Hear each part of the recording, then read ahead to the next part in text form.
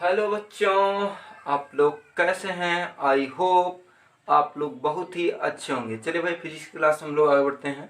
कल फिजिक्स में आपको क्या बताए थे? कल फिजिक्स में आपको अनंत लंबाई का एक समान आवेशित सीधे तार के निकट बद्ध क्षेत्र की तीव्रता का सूत्र बताए थे। और हम लोगों ने डेरिवेशन किया था इक्वल टू, क्या डेरिवेशन किया था? Equal to 1/2πε0। साथ में बताए थे आपको λ/r। याद है कि नहीं? फार्मूला याद है ना? देखिए, अगर इस फार्मूले में हम क्या कर दें, 2 से गुणा और 2 से भाग कर दें, तब क्या हो जाएगा? हो जाएगा इक्वल टू 1/, भाई 2 दूनी 4, तो आ जाएगा 4π 1/4πε0 डॉट 2 λ/r हो जाएगा। वो भी न्यूटन पर क्या हो जाएगा? कूलम। ये आपका बद्ध क्षेत्र की क्या हो जाएगी मेरे भाई? तीव्रता हो जाएगी। ये बद्ध क्षेत्र की क्या हो जाएगी? तीव्रता। इस सूत्र का डेरिवेशन कल हम लोगों ने किया था, ठीक है। हमने क्या किया है? उसमें कुछ नहीं किया, बस हमने 2/2 से गुणा और क्या कर दिया है? भाग कर दिया है, और कुछ नहीं किया है हमने। अब देखिए, इसको हम लोग सदिश फॉर्म में भी लिख सकते हैं। क्यों? क्योंकि आप लोग कहेंगे सर ही बद्ध क्षेत्र की तीव्रता तो यह एक वेक्टर क्वांटिटीज है। जब यह एक वेक्टर है तो वेक्टर फॉर्म में क्या होगा? वेक्टर फॉर्म में क्या होगा इसका? तो यहाँ पे हो जाएगा ई वेक्टर इक्वल टू 1/4πε0, साथ में 2 λ/r, और यहाँ लिख देंगे r कैप लिख देंगे। न्यूटन पर कूलम हो जाएगा। न्यूटन पर क्या हो जाएगा? कूलम। ये हो जाएगा, ये इसका सदिश रूप है। अगर यदि हम क्या मान लें कि आप देखेंगे 1/4πε0 साथ में 2 λ को भी अगर हम लोग क्या मान लें? कांस्टेंट मान लें। साथ में 2 λ को भी हम लोग क्या मान लें भाई? कांस्टेंट। 1/4πε0 साथ में ये जो 2 λ है, इसको भी अगर हम लोग क्या मान लें मेरे भाई, मेरे दोस्त, मेरे मित्र, क्या मान लें? इसको कांस्टेंट मान लें, तो हो जाएगा E प्रोपोर्शनल टू 1/r। क्यों? क्योंकि हम लोग भाई कांस्टेंट कब जोड़ते हैं? जब प्रोपोर्शनल को हटाते हैं। अगर हम प्रोपोर्शनल को हटाते हैं तब कांस्टेंट जोड़ते हैं, अगर कांस्टेंट को हटाते हैं तो प्रोपोर्शनल जोड़ते हैं। तो हमने यहाँ कांस्टेंट को हटाया है तो प्रोपोर्शनल जोड़ दिया है। इसका मतलब क्या है कि E प्रोपोर्शनल टू 1/r², मतलब बल क्षेत्र की तीव्रता दूरी r के व्यतक्रमानुपाती होती है। यह कह सकते हैं काल्पनिक बेलन की त्रिज्या के व्यतक्रमानुपाती होती में है। मेरे भाई समझ में आया? बद्ध क्षेत्र की तीव्रता E दूरी r के क्या होती है मेरे भाई? व्यतक्रमानुपाती होती है। अगर इसका हम लोग ग्राफीय निरूपण करें, ग्राफीय, और मान ले कि ये सिरा, ये वाला अक्ष दूरी r को प्रदर्शित कर रहा है, ये वाला अक्ष बद्ध क्षेत्र की तीव्रता E को प्रदर्शित कर रहा है, तो दोनों में जो रिलेशन होगा वो इस तरीके से होगा। दोनों में जो ग्राफीय निरूपण होगा वो इस तरीके से होगा।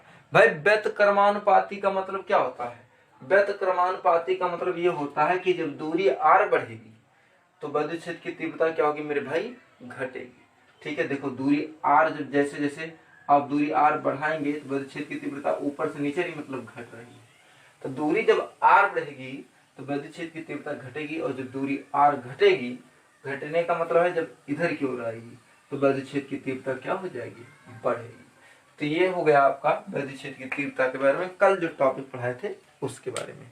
बेटा आज हम लोग एक नई हेडिंग लगाएंगे कि अनंत विस्तार की समतल आवेशित चादर के निकट, अचालक चादर के निकट बद्ध क्षेत्र की तीव्रता।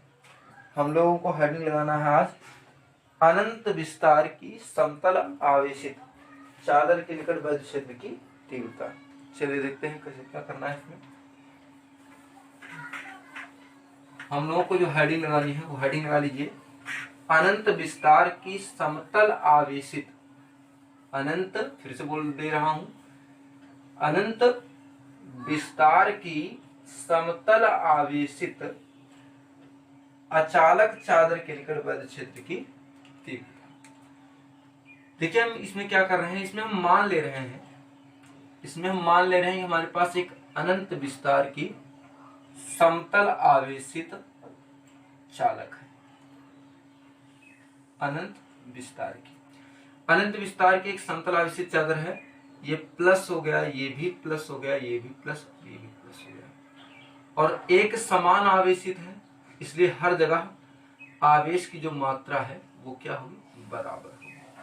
हर जगह भाई आवेश की जो मात्रा होगी क्या होगी मेरे भाई, बराबर होगी। ठीक, अब हम इसमें क्या कर रहे हैं, मान ले रहे हैं, देखिए इसमें एक चीज और मान रहे हैं, इसका पृष्ठीय आवेश घनत्व जो मान ले रहे हैं वो क्या मान ले रहे हैं, सिग्मा मान ले रहे हैं। इसका पृष्ठीय आवेश घनत्व क्या मान ले रहे हैं, सिग्मा।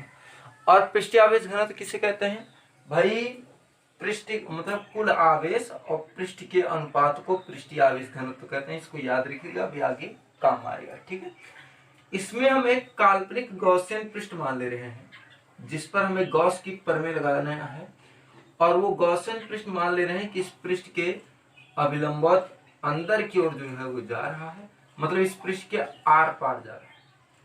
कुल मिला के इस पृष्ठ के क्या हो रहा है, आर पार जा रहा है, इस पृष्ठ के आर पार जा रहा है। ठीक है, ऐसे है, इस पृष्ठ के क्या हो रहा है, आर पार जा रहा है मेरे भाई।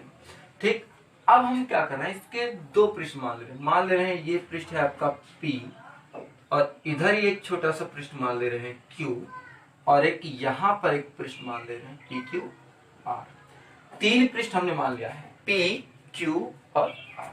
बात करते हैं P, तो P पर आप देखोगे क्षेत्रफल सदिश कैसे होगा, क्षेत्रफल के लंबवत परपेंडिकुलर बाहर की ओर होगा, ये डी वेक्टर हो गया। और ये प्लस आवेश है, तो यहाँ पर वैद्युत क्षेत्र की तीव्रता भी किसकी ओर होगी मेरे भाई, वो भी बाहर की ओर होगी। तो यहाँ पर वैद्युत क्षेत्र की जो तीव्रता है वो भी किसकी ओर होगी मेरे भाई, बाहर की ओर होगी, ई वेक्टर। ठीक, वैद्युत क्षेत्र की जो तीव्रता होगी वो भी किसकी ओर होगी मेरे भाई, बाहर की ओर होगी, ई वेक्टर होगा। ठीक, ये भी तो ई वेक्टर होगा, बाहर की ओर। आप क्यू की बात करें, क्यू पर देखो ये भी क्षेत्रफल है, क्षेत्रफल पर जो सदिश खींचेंगे एरिया वेक्टर, वो भी डीए वेक्टर बाहर की ओर। दिखाई दे रहा है आप लोगों को, दिखाई दे रहा है, हाँ ठीक है, ये भी डीए वेक्टर बाहर की ओर, और प्लस है तो प्लस से वैद्युत क्षेत्र की जो तीव्रता होती है वो ऑलरेडी बाहर की ओर होगी, तो ये भी बाहर की ओर होगी। ठीक, आप आर की बात करें तो आर पर देखेंगे वैद्युत क्षेत्र की जो तीव्रता होगी वो तो बाहर की ओर होगी, मतलब ऐसे बाहर की ओर होगी, इस दिशा में। ठीक, इस दिशा में होगी, ई वेक्टर। लेकिन जो क्षेत्रफल सदिश होगा वो क्षेत्रफल के परपेंडिकुलर होगी, डीए वेक्टर। क्षेत्रफल के परपेंडिकुलर होगी डीए वेक्टर, क्योंकि क्षेत्रफल सदिश हमेशा क्या होता है, क्षेत्रफल सदिश हमेशा क्षेत्रफल के 90 अंश के कोण पे होता है। ठीक है, देखो ये डीए वेक्टर इस क्षेत्रफल से 90 डिग्री का कोण, ये भी डीए वेक्टर क्षेत्रफल से 90 डिग्री का कोण, और यहाँ भी जो कोण बन रहा है वो कितने डिग्री का कोण बन रहा है मेरे भाई, 90 डिग्री का कोण बन रहा है। तो अब हमें तीनों पृष्ठों से होकर क्या करना है, कुल वैद्युत फ्लक्स निकालना है। तो पहले बिंदु का आर की कहते हैं, तो लिख सकते हैं पृष्ठ आर से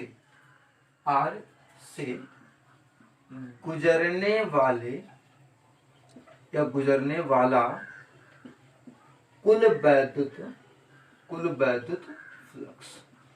कुल वैद्युत क्या फ्लक्स, हम लोग निकालेंगे पृष्ठ आर से गुजरने वाला कुल वैद्युत फ्लक्स, यहां से गुजरने वाला कुल वैद्युत मेरे भाई क्या फ्लक्स। ये कैसे निकालेंगे कुल वैद्युत फ्लक्स, वो कैसे निकालेंगे भाई, देखो पृष्ठ छोटा है इसलिए फ्लक्स की मात्रा भी क्या होगी, छोटी होगी। डी फाई ई बराबर क्या होगा हमारे पास, E vector dot d A vector, ये फार्मूला होगा A vector dot B vector. क्या होता है, A vector dot B vector बराबर होता है ए बी कॉस थीटा, बिल्कुल वही फार्मूला होता है कि ए वेक्टर, चूंकि ए वेक्टर डॉट बी वेक्टर बराबर होता है ए बी कॉस थीटा, तो यही फार्मूला इसमें रखेंगे, तो लिखेंगे डी फाई ई बराबर ई डी ए कॉस थीटा हो जाएगा।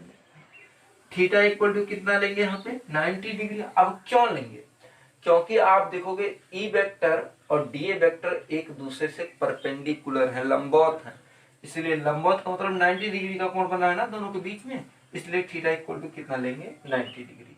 थीटा का मान यहाँ रखेंगे, अब हो जाएगा कि डी फाई ई बराबर ई डी ए कास 90 अंश, और कास 90 अंश भाई कास 90 डिग्री का कोण कितना होता है, 0 होता है। कास 90 अंश का मान कितना होता है, 0 होता है, तो मान रख देंगे। तो d phi equal to E d A cos 90 अंश का मान 0, तो डी फाई इक्वल टू हो जाएगा आपका 0 हो जाएगा। डी फाई इक्वल टू क्या हो जाएगा मेरे भाई, 0 हो जाएगा। यही तो हो जाएगा, इतना हो गया। इसका मतलब हो गया कि जो पृष्ठ R है वहां से कोई भी बल रेखा नहीं गुजरेगी, इसलिए वहां पर विद्युत फ्लक्स का मान क्या है, 0 है। अब हम लोग निकाल सकते हैं बिंदु P और बिंदु Q से, दोनों एक साथ निकालेंगे। क्यों? क्योंकि यहाँ पर देखो E वेक्टर और D वेक्टर ये भी पैरेलल है, एक दूसरे के समांतर है, और यहाँ भी देखोगे E वेक्टर और D वेक्टर ये भी एक दूसरे के पैरेलल है, एक दूसरे के क्या है मेरे भाई, समांतर है। तो ये हम P और Q दोनों से निकालेंगे। लिखेंगे कि पृष्ठ P और Q से होकर गुजरने वाला